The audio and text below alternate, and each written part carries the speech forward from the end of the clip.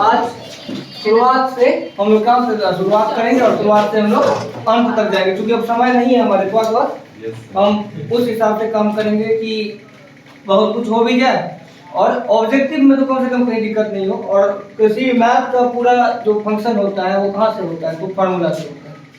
Formula छोटी छोटी बातें हमको ध्यान में रखना पड़ता है, जो शुरुआत से पढ़ते आते हैं उनको हम ध्यान में रखते हैं। अगर हम उन चीजों को भुला दे तो क्या होगा, हमारा मैथ नहीं बनेगा। हम यहाँ पर वास्तविक संख्या से शुरुआत कर रहे हैं और वास्तविक संख्या क्या है, वास्तविक संख्या में कितने फार्मूला हमको पढ़ने पड़ेंगे और किस हिसाब से पढ़ेंगे, इन सभी चीजों पर हम विस्तार रूप से जानेंगे। तो इस मूल रूप से अब इतना डिटेल में तो हम ध्यान नहीं सकते, समय कम है मेरे पास। तो सबसे पहली बात है कि यूक्लिड विभाजन एल्गोरिथम क्या होता है। यूक्लिड विभाजन प्रमेयिका, यूक्लिड विभाजन प्रमेयिका, प्रमेयिका। ये यूक्लिड विभाजन प्रमेयिका क्या है कि a बराबर बी क्यू प्लस आर, ए बराबर बी क्यू प्लस आर। इसका प्रयोग क्या होता है कि हम दो संख्याओं के बीच का मौसो निकालने के लिए करते हैं। किसके लिए करते हैं, दो संख्याओं के बीच का मौसो निकालने के लिए, ये बीच का मौसो के लिए। अब कहिएगा कि सर ये होता कैसे, ठीक है। तो जो सबसे बड़ी संख्या होती है वो टर्म में जो बड़ी संख्या होती है, मान के चलिए हमको निकालना है कि 25 और 20, क्या है 25 और 30 का हमें निकालना है यूक्लिड विभाजन एल्गोरिथम। तो एल्गोरिथम से निकालने के लिए क्या करेंगे, पहले देखिए बड़ा वाला टर्म क्या है 25, यानी ये ए होगा, ए होगा, ये क्या होगा ए होगा, यानी ए बराबर 25 हो गया। और देखिए आप लोग कभी लगभग ही उसी बात को इंडिकेट करता है जो कि हम करते आए हैं, यानी भाज्य बराबर भाजक गुना भागफल प्लस शेष को ही ये सूचित करता है, ठीक है ना, शेष को ही सूचित करता है, ना कि अदरवाइज बात को बताता है। अब देखिए a बराबर बी क्यू प्लस आर होता है यूक्लिड विभाजन एल्गोरिथम से। a मान ली हम 25, यूक्लिड विभाजन प्रमेयिका से क्या होगा, विभाजन प्रमेयिका से तो a बराबर 25 है आपका, a बराबर बी क्यूब प्लस आर होता है ना। बी क्यूब का मतलब, बी क्यूब का मतलब क्या होगा, बी और क्यू का मतलब हो गया कि बी गुना क्यू, ठीक। क्यू हमें मालूम नहीं, आर से तो आप जान रहे हैं कि शेष ही होगा कि नहीं होगा। तो देखिए आप a माने हैं 25, ठीक है, b आपका क्या हो जाएगा, b हो गया 20, 25 और 20 भी एक टर्म दिया हुआ q। अच्छा अब देखिए अगर 20 गुना 2 करते हैं तो 40 हो जाता है, जो कि कतई 25 से बड़ा होगा, ठीक है ना। तो हम एक बार में अगर करते हैं तो 20 गुना 1 का शेष कितना बच गया 5। ये आपका क्या है r। यूक्लिड विभाजन प्रमेयिका का एल्गोरिथम का सबसे बड़ा शक्ति यह है कि r आपका जब तक नहीं जीरो होगा तब तक आपका मौसो नहीं आ सकता। अब देखिए अब नया a आपका क्या बन गया 20 बना ना।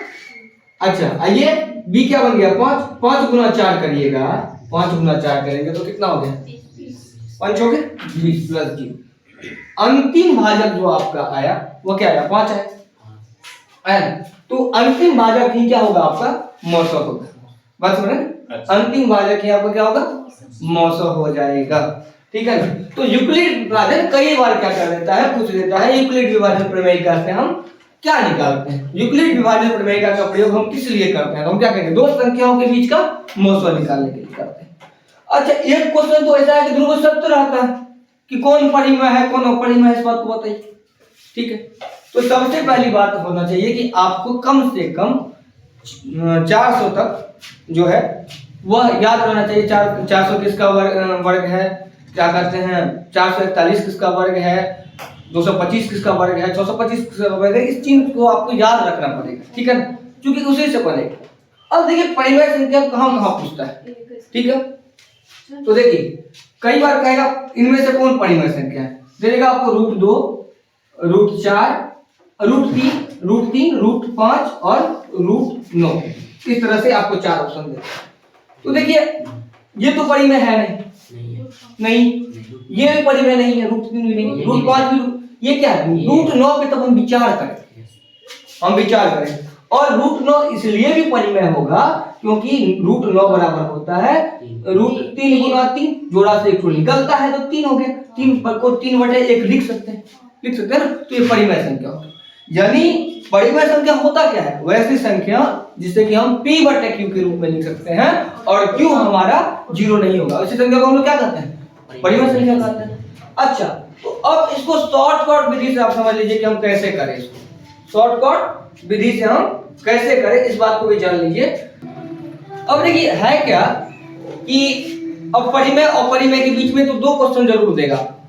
एक बात याद रखिएगा, चूंकि क्या कर रहे हैं कि जिस ऑप्शन में रूट 3 आएगा, ठीक है, रूट 3, रूट 5, रूट 7, रूट 2 भी हो सकता है, रूट 2 भी होगा, रूट 2, रूट 7, ठीक है ना।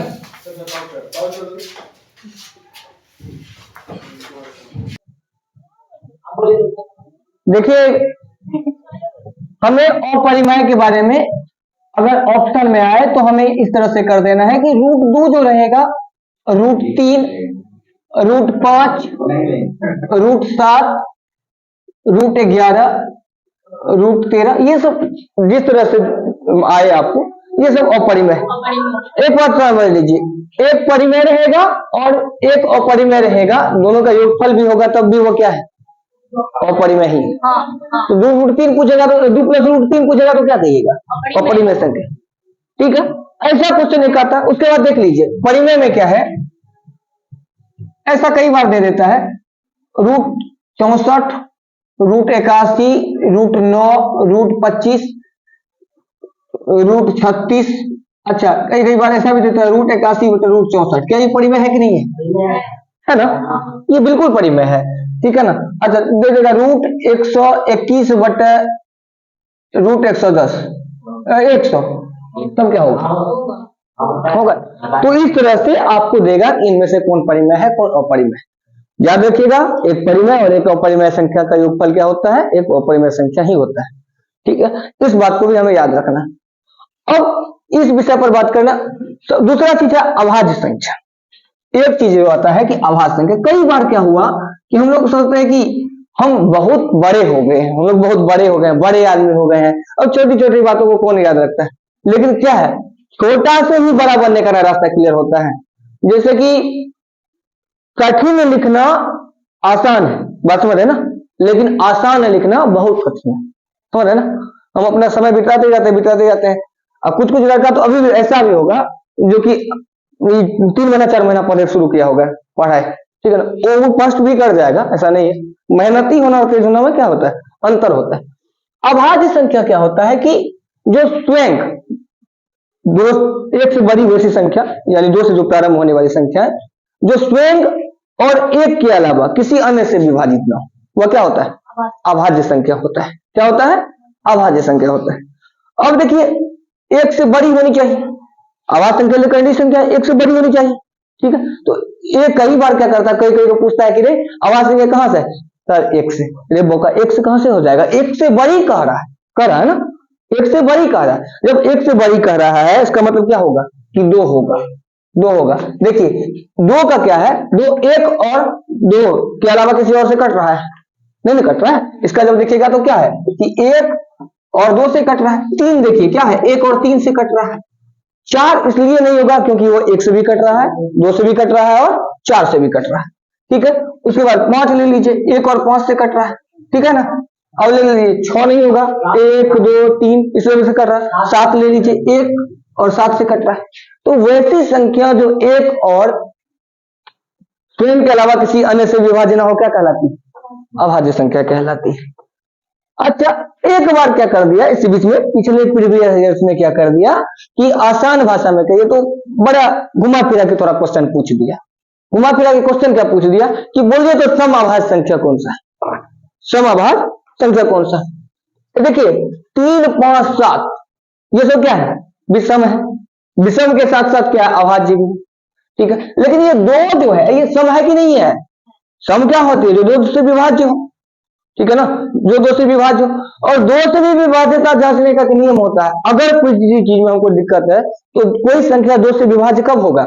जब उसके इकाई पर 0, 2, 4, 6 और 8 में से कोई अंक रहेगा, तब वो दो से पूरा पूरा कटेगा। बात समझ रहे हैं ना? जैसे कि हम 128 लिखते हैं ना जी, तो 128 में इकाई पर देखिए क्या है, 8 है ना, ये निश्चित रूप से कटेगा दो से, समझ है ना? अब कहिए इस दो से तो बता दिए, 3 से कैसे होगा? 3 में क्या करते हैं, हम सब अंक को जोड़ देते हैं। 3 में हमें क्या करते हैं, सब अंक को जोड़ देते हैं। जैसे कि आप ले लीजिए 129 एक संख्या है, क्या ये 3 से कट रही है? कट रही है? देखिए 1 प्लस 2 कितना हुआ? 3, और 3 प्लस 9 कितना हुआ? 12। 12 3 से कटता है ना? जब 12 3 से कट रहा है तो 129 भी क्या होगा? 3 से ही कटेगा। मतलब ये सब छोटी मोटी बातों को याद रखने का है, ठीक है ना? तो एकमात्र जो सम अभाज्य संख्या है वो कौन है? 2 है। अच्छा पूछिएगा सम अभाज्य संख्याओं की संख्या कितनी है, तब क्या कहिएगा? 1, वो 2 है। लेकिन सम अभाज्य संख्या कौन है ये कहेगा, तब आप क्या कहिएगा? 2। अच्छा देखो एक बात और है, कहीं पे एक दिन हम और पढ़ा रहे थे, कह रहा था कि 10वां में बच्चा को पढ़ाते हैं लघुत्तम महत्तम, लघुत्तम महत्तम पढ़ाना चाहिए। कहिए आता है ना? नहीं, लघुत्तम महत्तम क्या होता है? आपको 2 संख्या दिया रहेगा, जिसको कि हम पहली संख्या कहते हैं, संख्या गुना दूसरी संख्या, 2 संख्या दिया रहेगा। कहेगा ये किसके बराबर होता है? तो ये 900 गुना 900 के बराबर होता है। क्या होता है? 900 गुना 900 के बराबर होता है। 900 गुना 900, यानी 2 संख्याओं का जो गुणनफल है वह उसके लघुत्तम और महत्तम के गुणनफल के बराबर होगा कि नहीं होगा? निश्चित रूप से होगा। इसी पे दे देता है कि 2 संख्याओं का जो है ना गुणनफल 60 है,